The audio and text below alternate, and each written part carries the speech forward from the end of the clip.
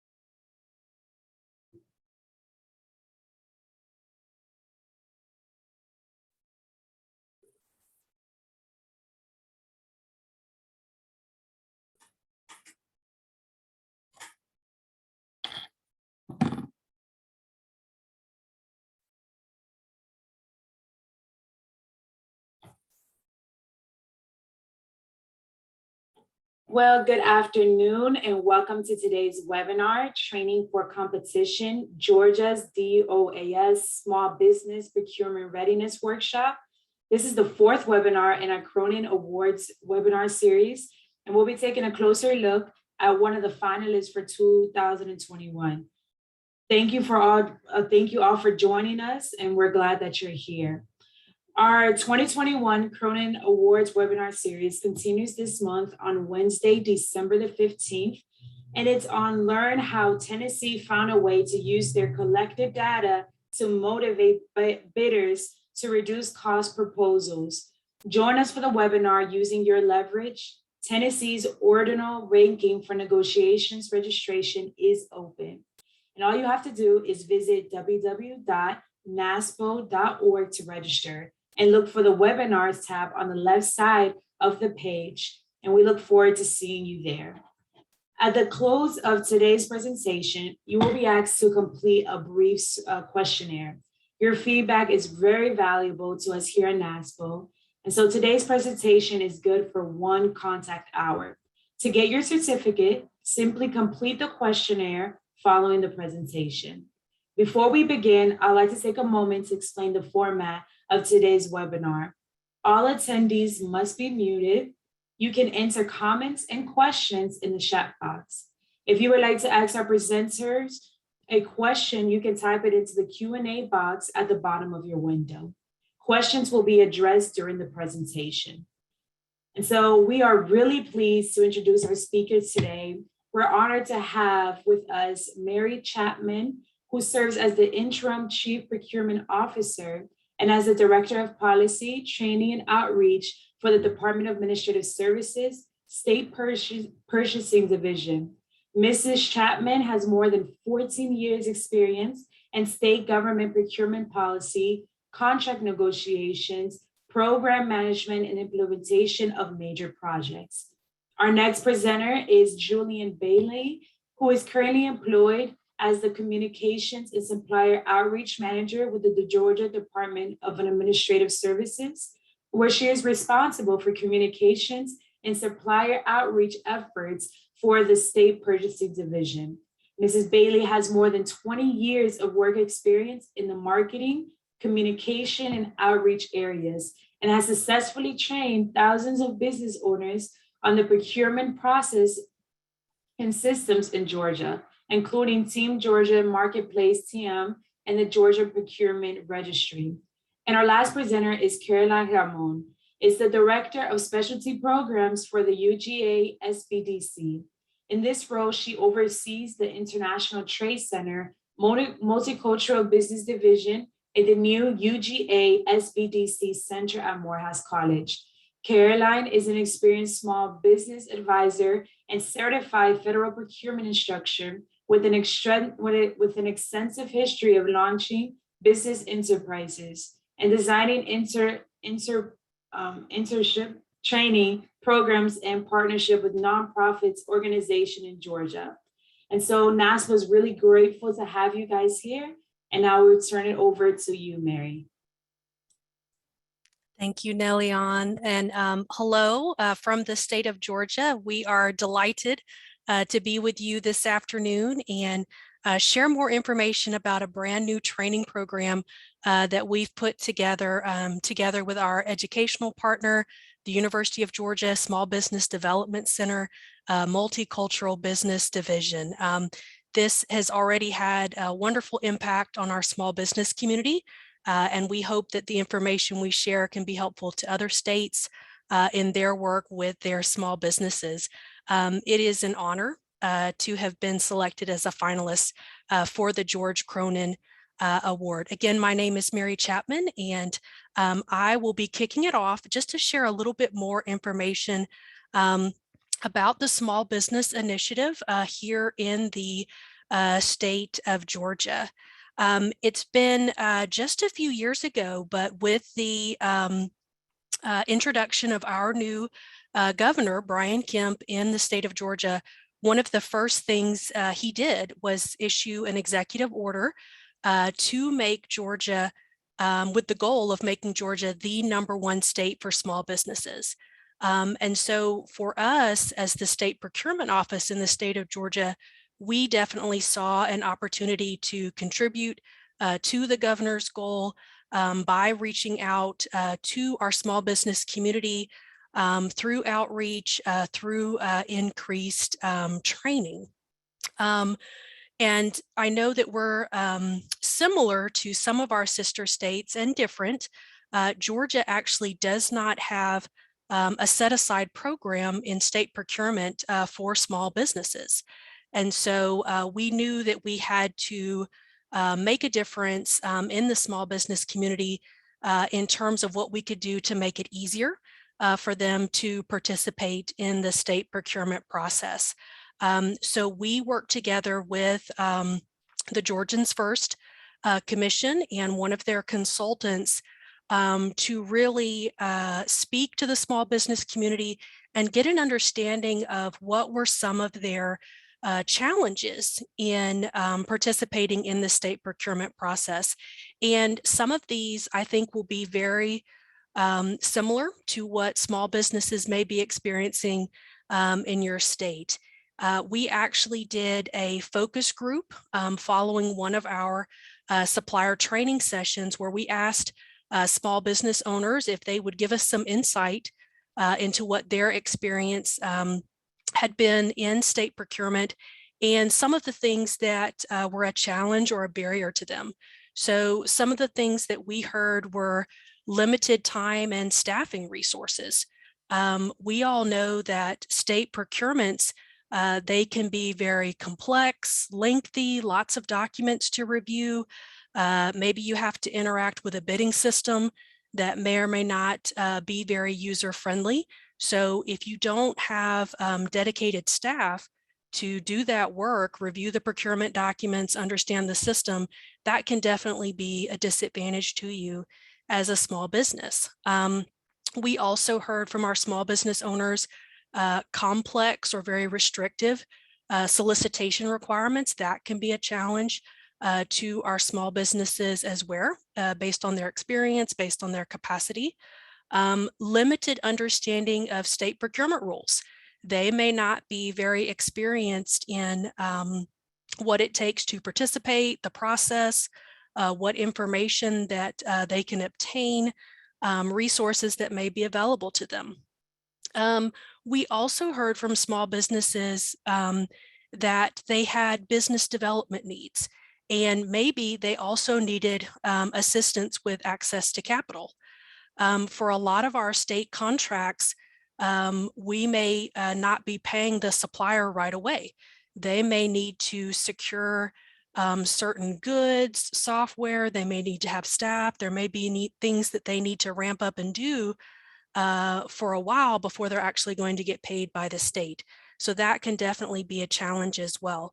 So when you look at this list, we knew that there were some areas we could really impact from our state procurement experience. We actually have a very strong supplier training program that we offer to give additional support when it comes to understanding our procurement rules, navigating our bidding systems, but we are not the experts when it comes to business development needs, access to capital, some of the things that our small businesses really need. So from this was born the need for a partnership together with our UGA SBDC. They truly have the knowledge, the expertise for what small business owners need to develop their business. And we knew if we could develop a training program that had the best of both worlds, that would have the impact that we're really looking for. So with that, I want to bring in Carolina to really share what it is that the SBDC is all about and the services they offer to our Georgia small businesses. Thank you, Mary. And the Small Business Development Center is a national program. And I will start just to speak a little bit more about the SBDC in Georgia. The UGA SBDC is goal or mission is to enhance the economic well-being of Georgia by providing educational resources to aspiring entrepreneurs and established businesses. And we do this through training and business consulting. If you want to partner with an SBDC across the state and probably create a collaboration where they can help you to develop a business development program or provide a one-on-one business consulting to your suppliers, you can go to the Americas SBDC. If you can see now, the website is there. So the Americas SBDC is the association that represents America's National Network of Small Business Development Center. And once again, the mission of the SBDC program across the country is to help individuals to start their own businesses or work with established businesses. The SBDC is partner program or is a resource partner program of the SBA, and is hosted by a university or a college, a public university.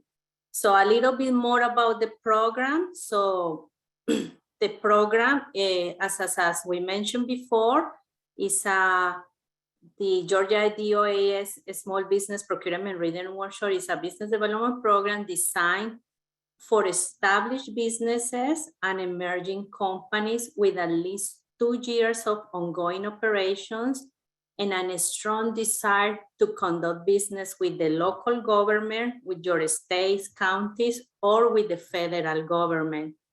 The goal of the program is to help the business owners to understand where to compete and how to compete, and that they know how to create that financial and operation capacity if they are not ready yet.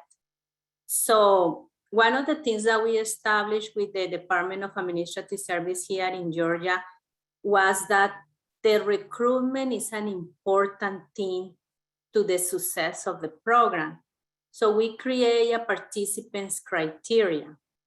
And the participants criteria of the program was designed for leaders or owners of companies with at least 2 years of success operations. So when I'm saying 2 years of operation is if in the future they want to pursue any kind of certification, they need to show that they have been at least 2 years in business. And it's the minimum time just to have a little bit of mature in their businesses. We also were looking for companies that have annual revenues of 300 or more. And the only exception about this revenue was with companies in the industry of construction or engineering companies, because in reality, $300,000 for a construction company is not a lot. And we also were focused on those companies that were looking for opportunities to grow. And the other thing is we charge $99 for the program, and we were able to have 28 companies through the program. The curriculum consists of 5 modules and 6 sessions. So the first session, it was about contract opportunities, marketing and research strategy. And basically what we did here was to be focused on market positioning and pitching the company value proposition. So the educational elements of this session was strategy, business development and networking, that they can understand how to do networking, how to navigate in the state process and how to meet the right people. We also were focused on capability statement and digital marketing approaches. The second module was business operation strategy, and it was about building the core business infrastructure so that they can understand what team or how to build a team, what are the systems in place to deliver their value proposition as business. One of the topics or some of the topics that we cover on the second module or second session was strategic considerations in staffing and organization, structure, outsourcing, management, technology for management, and maintaining quality at scale.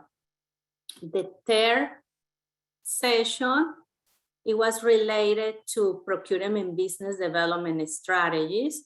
And here we made a lot of emphasis on teaming strategies so they can be ready to conduct business to business or business to government. We spoke about leveraging small business certifications like Minority Business Enterprise, Women Business Enterprise, WSB, DBE. Not only the certifications at the state level, but we made emphasis on some certifications for the private sector as well. The next session, that is the module number 4, it was about financial capability readiness. So it was important for them to understand financial implications for project execution and financial stability to acquire and maintain contracts.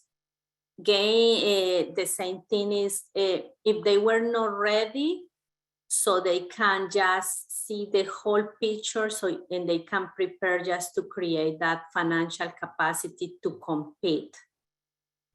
We spoke about cash flow management and procurement considerations, and Mary is going to speak a little bit about speakers, but we were able to have the PCAR manager for this session that provide a lot of insight how to conduct business and what are the financial considerations for a small company doing business with the state of Georgia. And it was important that they hear from the right source about what is the state of Georgia looking in terms of financial capacity. Module 5, it was a small business readiness checklist, connection and execution summary. So this session was focused about strategic growth planning and execution. So we covered a lot of information on the first 4 modules, and this part was basically put everything together, create a growth strategy so they can execute it. We spoke about business model analysis, if they were focused on business to customers, so how to tweak that business model so they be prepared to conduct business B2B or business to government. We provide information and tools and resources so they can start with the execution plan and monitoring approaches. And the last piece of that module was identifying a support team. because that's one of the challenges, and I think that Mari mentioned this before, but sometimes they don't have the right team to deliver contracts or to deliver the project. The last session, it was more about them. So we had the opportunity just to have the graduation ceremony. We provide certification from continuing education of the University of Georgia. They shared the success stories and all the learning process and basically the success stories. But that's everything about the curriculum, and Mari is going to share more about speakers and partnerships that play an important role for each of the sessions. Thank you. Thank you, Carolina. So as you just heard, we had a very robust training curriculum, and our small business participants had to commit to multiple sessions. And so because of that, it was important for them to have some skin in the game. Carolina mentioned the fee for registering. And so that was definitely a balance between making sure they're committed, they're invested, they're going to spend their time, but also making sure that it's not a barrier to their participation, which was really important. And one of the things that helped us keep the costs low for the program so that we could have a very minimal registration fee for our suppliers was the fact that we used our own in-house talent here at State Purchasing. We used our own SMEs to be speakers when it came to procurements, contracts. Carolina mentioned our purchasing card program, P-card program that we have here in the state of Georgia. You know, Julianne and her team, when it came to our supplier training resources, we brought in our IT team to help us with systems. So we definitely used our own in-house talent as speakers in this training program. And we had, you know, the support and commitment from our leadership because of how this was, how important this was to make that. Carolina made her team available to us to really bring their knowledge when it comes to helping small businesses develop the things that they really need to know to be successful, you know, having a business case, understanding how to market.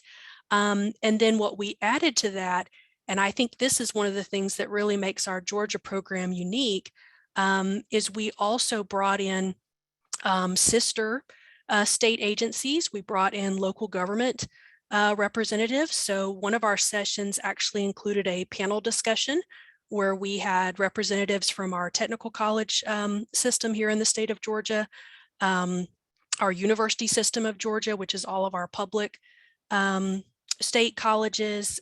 We had the city of Atlanta. We had our Atlanta housing unit. And then we added to that expertise from the private sector. And Carolina and her team were a huge part of making that bridge, making that connection for us so that they could support us. So Invest Atlanta, Access to Capital for Entrepreneurs, Now Corporation, just a few of the examples. So there's a lot of training out there for our small businesses, but it's hard to find one training series that's going to have experts from state procurement, small business development partners, state and local government entities, and the private sector. So we really think this is one of the things that was very valuable to our small business participants, that they got all through one training program. I think it gave more value in terms of the breadth of knowledge, and then also again was something that kept our costs low and made it affordable. So let's talk a little bit more about the logistics itself. Let's move into the course structure and delivery mode. So this was a series of multiple sessions that Carolina just mentioned. We did we launched this earlier this year. It was actually February of 2021. And so because this was, still in the middle of pandemic, we did conduct this 100% virtually through Zoom. We had access to Zoom already. So again, that was another cost that we were able to keep low. We had our sessions every other Thursday during the month. That did two things for us. One, it did break it up a little bit for our small business participants because again, we know and wanted to be aware of their time away from their business. This also gave us some time in between for some of the preparation and logistics we needed to do as we prepared for the next session. Each one of the sessions, we ran it from 9 to 12:30. So again, because it was virtual, we were also thinking about what was the right time period that we could keep people connected and engaged before, before it might be a little bit too much. We incorporated a host of things to keep them engaged, pre-work activities, remote participation. We gave them live instructions, and there were learning activities. So there were things that they had to do on their own, whether it was going out to a website and searching for information or reviewing certain material that we had given them and being prepared to discuss it. So that made it more interactive, where they weren't just listening to a lecture the entire time. Something that was definitely helpful was Q&A. So we did encourage questions throughout, and we had a lot of questions from our participating small business for our speakers. We had breakout sessions, so that was helpful too. So Carolina mentioned we had 28 business participants, so using the breakout sessions in Zoom allowed them to be in smaller groups where they could have more discussion. And then we definitely sought their feedback through a survey process, and Julianne's going to talk about that a little bit more. Carolina mentioned the opportunity for networking and collaboration, and that was really important. One of the things that we actually asked our small businesses as they registered is, are you willing to share your information with other participating small businesses? So we did see communication between them, some opportunities for them to potentially work together. And then something that was available through Carolina's office was that one-on-one consulting that the SBDC provides. So in addition to what the small businesses were accessing through our training series, they could also have that one-on-one consulting, and that was very valuable. Okay, so now that we've given you a little bit better picture on the training program itself, let's talk about how we actually launched it. So I'm going to turn it over to Julianne to talk about marketing and promotion. So good afternoon, everyone. As Mary said, I'm Julianne Bailey, and I was primarily responsible for driving the marketing and promotion piece of this workshop. We put together, of course, a marketing plan with just different activities that we're going to be focusing on in ensuring that, for one, the information was getting to the target audience, the audience that we targeted. As Mary and Carolina said, this was a very structured program with a limited number of suppliers who were pretty much invited to participate. So we wanted to make sure that it was reaching the right audience. So what we did was we created a marketing plan, and some of the activities that we did surrounding that plan was we created and distributed marketing collaterals.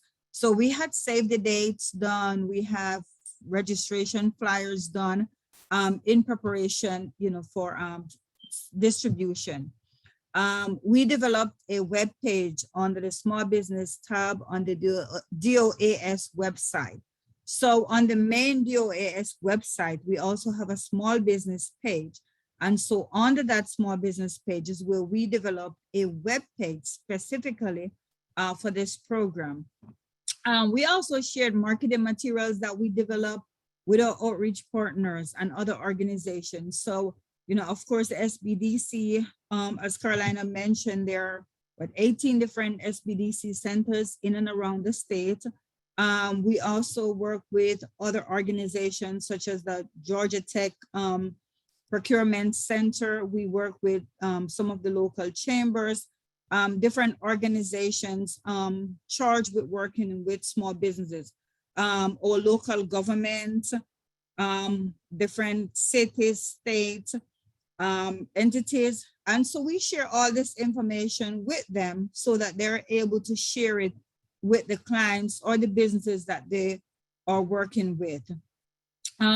We create email campaigns. So these are all, you know, electronic email campaigns that were created, and they were distributed to our supplier contacts list. So every company that registered in the state of Georgia system that is considered as a small business, of course, these email campaigns were distributed to them. We also distribute these email campaigns to our outreach partners. And I just mentioned some of the different organizations and groups that we partner with. The social media. So social media now for everyone, it's a big thing. You know, you literally need to be on social media because a lot of people are now getting information from the different social media platforms. So we have a DOAS linking page. We also have a state purchasing linking page. We have Facebook page.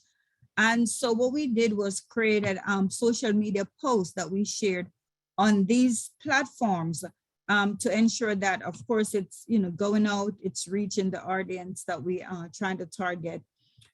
We had small businesses that are registered in the state of Georgia that have done training with us. They have participated in our other conferences. They have won contracts.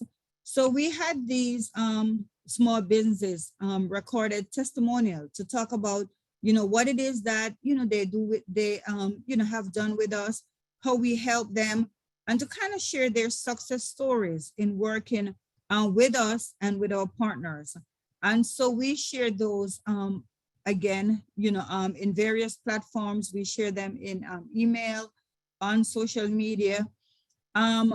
We partnered with the Georgia State University, SBDC, and Business Radio X, where two small businesses that were successful in winning state contracts were actually interviewed to talk about, you know, the process, you know, how did they, or were they able to win these contracts and the work that they have been doing with the state. So these are all things that we shared, you know, of course, to help to make sure that the information was getting out to the businesses that we were targeting.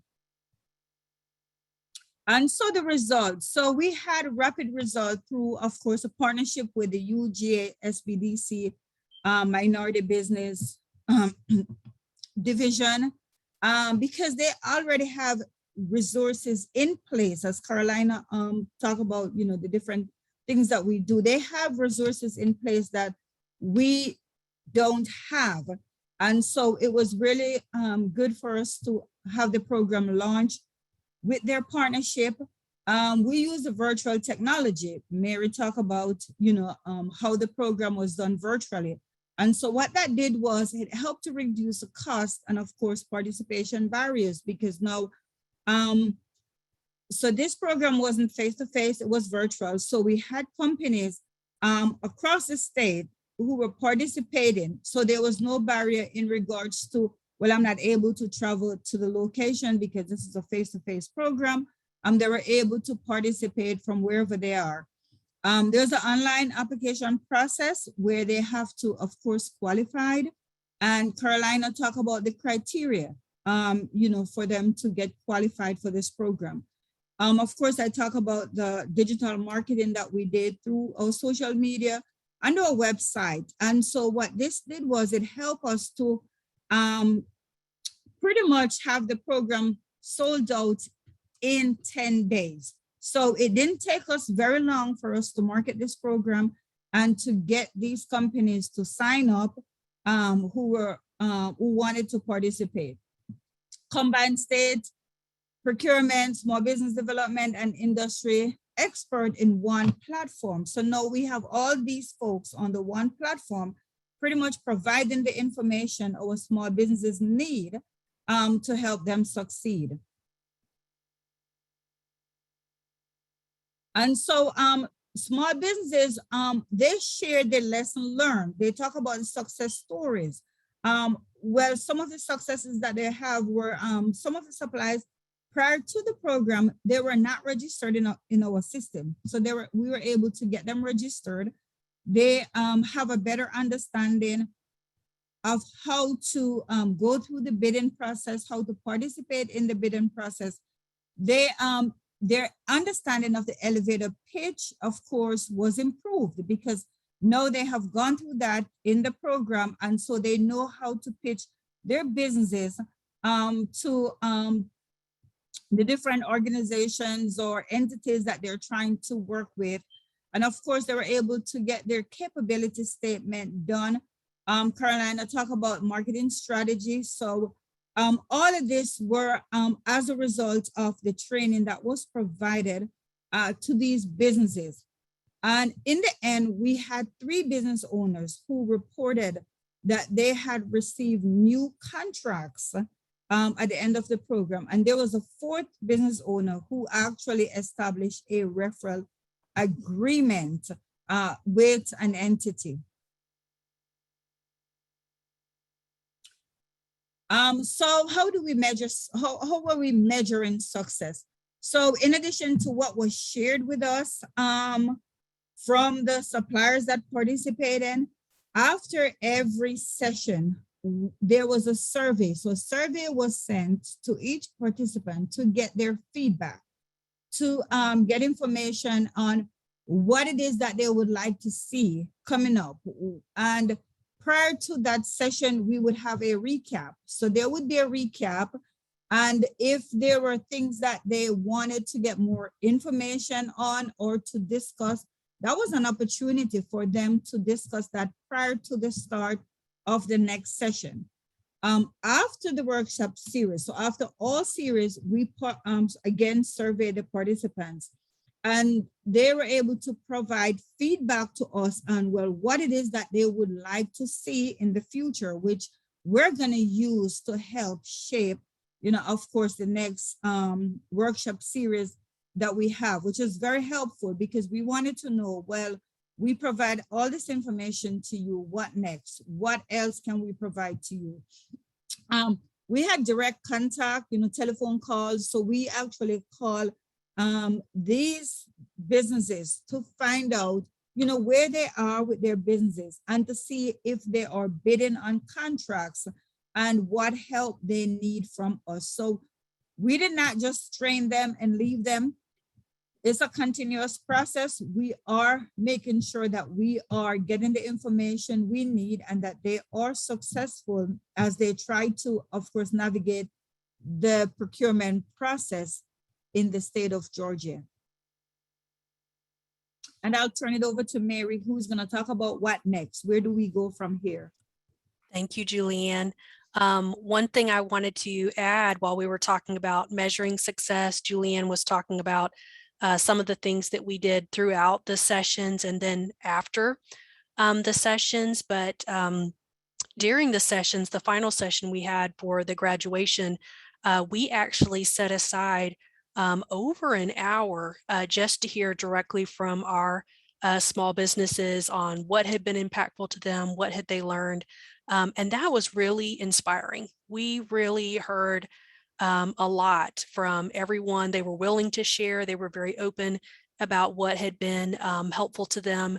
And then also ideas about, what we could continue to do in the future. So that, in addition to everything Julianne shared about our successes, I think for us was really encouraging and was what we really needed to know. Was this program a success? Is this something we would want to commit to continuing to offer? So yes, 100%. It has been so valuable that we do want to continue. We are planning to do it on an annual basis. And so that is taking into consideration, the time and resource commitment, both from DOAS and the UGA SBDC and our small businesses. One of the things that we, both of us offer is training on an ongoing basis. So this is not the only small business training that we offer, but certainly one that I think is very, very impactful. Julianne mentioned that we do want to keep in contact with our small businesses. I think that's very important. And we want to make sure that we're continuing to gather information from small businesses that are interested in joining a future workshop. So for anyone that is interested in checking out some of the information we have publicly, you can actually visit our website.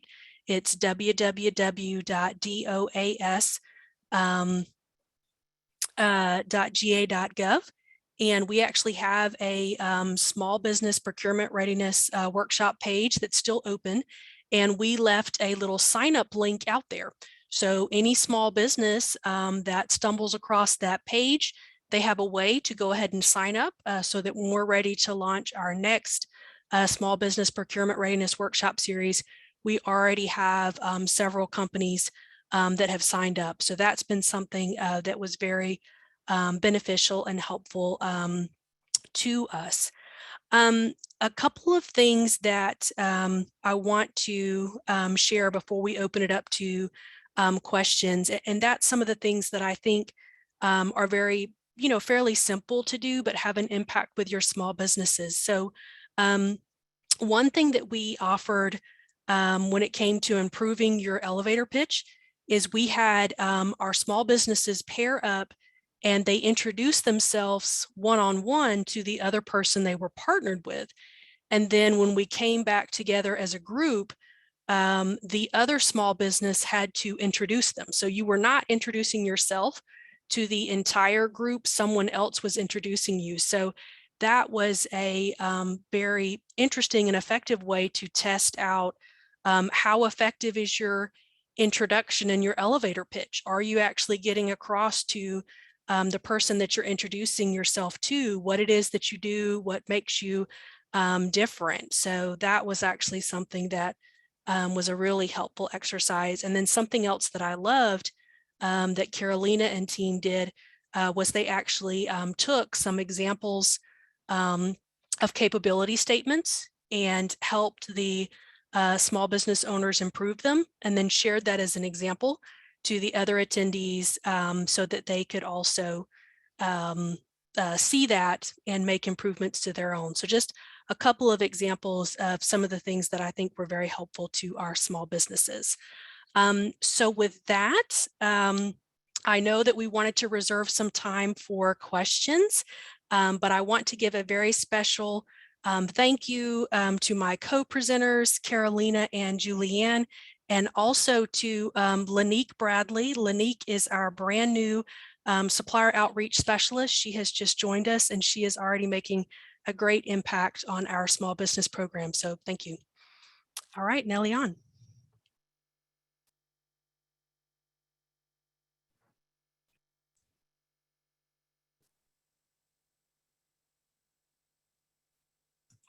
You are on mute. Oh, you're on mute, Nellie-Ann. I am sorry about that. Thank you so much, Mary, for that. It's a great presentation. And one of the questions that we actually had is, what is the biggest challenge that you guys faced or small businesses faced during the pandemic?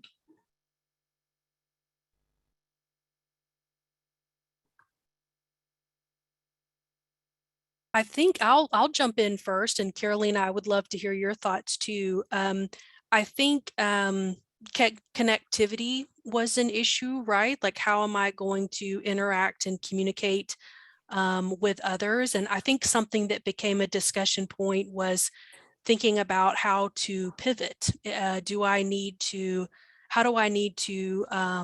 adapt? Is there something that I can offer that's a value add that I couldn't previously before the pandemic? So one example I'll share is, prior to the pandemic, we weren't using virtual hosting tools at all. And we actually took all of our training that used to be in person, instructor led, and transitioned to virtual delivery. So there were new opportunities that came out of the pandemic that weren't there previously for certain customers, and for small businesses to think about how can they pivot, or what new opportunities were there for them that may not be there depending on what their line of work was.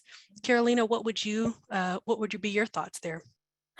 I would say that in terms of business owners, one of the challenge was that they were not ready to start selling or having to be part of a digital community.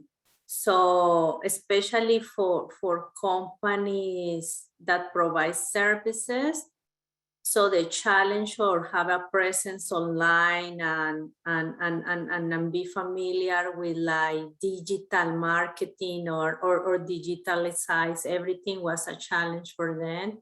Of course, access to capital has been always a challenge for startups or for established businesses.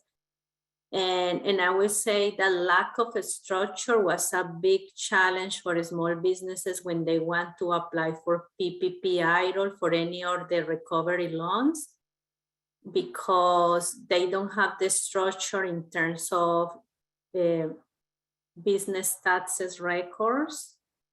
Those were the main challenge here in Georgia, and I would say the lack of a structure and lack of records to apply for all the disaster loans.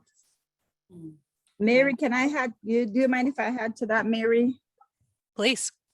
All right, so Carolina just mentioned something that I hear all the time from companies, and just recently I was talking to one of our small businesses, and I think being able to pivot from the regular marketing ways, the way they were marketing face to face, using brochures, meeting with folks and sending out information to folks.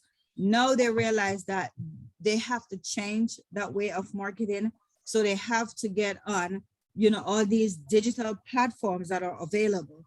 And so especially those the older mindsets, folks who have the older mindsets, they're really struggling with trying to figure out how to navigate social media. Do I need a YouTube channel? How do I now reach my customers in this digital age? Do I need to hire someone to focus on the social media piece, the digital piece? Well, no, my brochures are not as effective as they were. I have to figure out now, how do I do, say, for example, online newsletters, because now, it's a change, and it has changed so rapidly for them. A lot of folks weren't, the change has been coming, but what COVID did was just pivoted, where they literally plunged from doing this. So before, I was meeting with folks face to face. I was handing out my capability statements. I was handing out my brochures. I was handing out my business cards. Now here we are in an environment where we don't even need business cards anymore, right? Because I'm not meeting face to face with anyone. So that's what I hear a lot when I, talk to most of the small businesses. Awesome. Thank you. We have another question from the audience, and it's, what percentage of the seminar's content was devoted to learning about state procurement? That's a really good question. I'll jump in on that one. So there were at least 2 of the modules that were focused almost entirely on our state procurement process, the bidding threshold, our systems, the importance of registering as a supplier, tips and tricks for doing so, the NIGP codes that you need to select. We had our director of contracts management come in, talk about how do you need to look at opportunities. A lot of times, I think suppliers focus on our statewide contracts when there's really a lot of opportunities in the state beyond that. But we really found a way to weave some of our state procurement in almost every session. So for example, in the financial section, even though there was a lot of focus on what small businesses needed to do in terms of development or how they could have access to capital, that was also one of the sessions where we had our a member from our P-card program come in and talk about what are the benefits of being able to accept a credit card payment, how that can help you in terms of getting paid more quickly, but what you need to know if you're not currently set up to accept credit cards. So it was definitely a strong portion of the curriculum, but again, what really made this difference was it was not solely focused on state procurement process. It was also very much focused on what do you need to do as a small business to set yourself up for success. Mm-hmm. And I will say that the curriculum was based on 24 hours of training, but 13 hours of that training were focused on a state procurement. But as Mari said, is the supply development plays an important role, because if they don't have the operational and financial capacity, they won't be never ready to do business with the state of Georgia. Awesome, thank you. Another question is, in the future, would you consider running a similar program, but with a less restrictive entrance criteria, like annual revenue, years in business, etc.? I will say no, and I will tell you why. Because as I mentioned before, the success of the program is going to be, or part of the success of the program is going to be recruitment. It's when you go to graduate school for your MBA. If you don't have the experience, if you don't have the basic technical knowledge, you will be lost with the content. So it's the same case here. The participants needs to be at a certain level that they can understand. When we are talking about marketing, that they can understand capability statement. When we are talking about financial capacity, they have the mature and understand cash flow and challenges. And at the same time, they need to be at the same level of the other participants so they can share challenges. So from my personal opinion, I will say no, but I don't know, Mary, we had this discussion as a team before. Yeah, and I'll just, I agree with what you shared, Carolina, but I will share for our other state procurement officers out there, that was definitely a shift for us, because our supplier training that we've done in the state procurement office, it's open to everyone, come one, come all, it's free. But the time commitment was, an hour and a half, 2 hours. So with a program like this, where it's this many modules, it's this many hours per day, the amount of effort that went into putting it on, it's not something we can do every month like we can do with our recurring supplier training. For all those reasons, it really made sense to be very thoughtful about who would have a seat in this training program, and for the exact same reasons that Carolina mentioned, which is who is going to benefit the most from this, who's ready to actually take action. And we definitely saw that in the results of the program. I don't know that we would have had that same result if we had to take an approach of just saying, well, anybody could participate. Yeah, great question, great answer. Two more. One is, do you plan to follow participants in the future? Julianne, do you want to take that one? And you're on. Sure, thanks. Okay, thanks, Mary. Sure. So that's part of our what next. So what we plan to do is to pretty much keep abreast of what the participants have been doing to kind of see how, they are working their businesses, what help they need from us.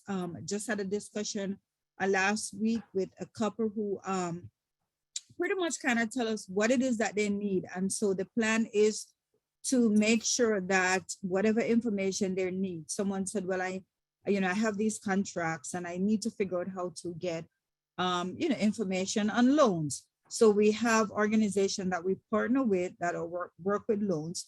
So what I do is connect, them based on their needs. So connect them to who needs, who can help them. There are others who might not need any help from us, right? Or who have all the information they need. So, but to answer your question, yes, that's something we plan to continue doing to make sure that they are getting the information they need and they're getting the connected to who they need to be connected to. And I would like to add that the beauty of this partnership between DOAS and the SBDC is the one-on-one business consulting.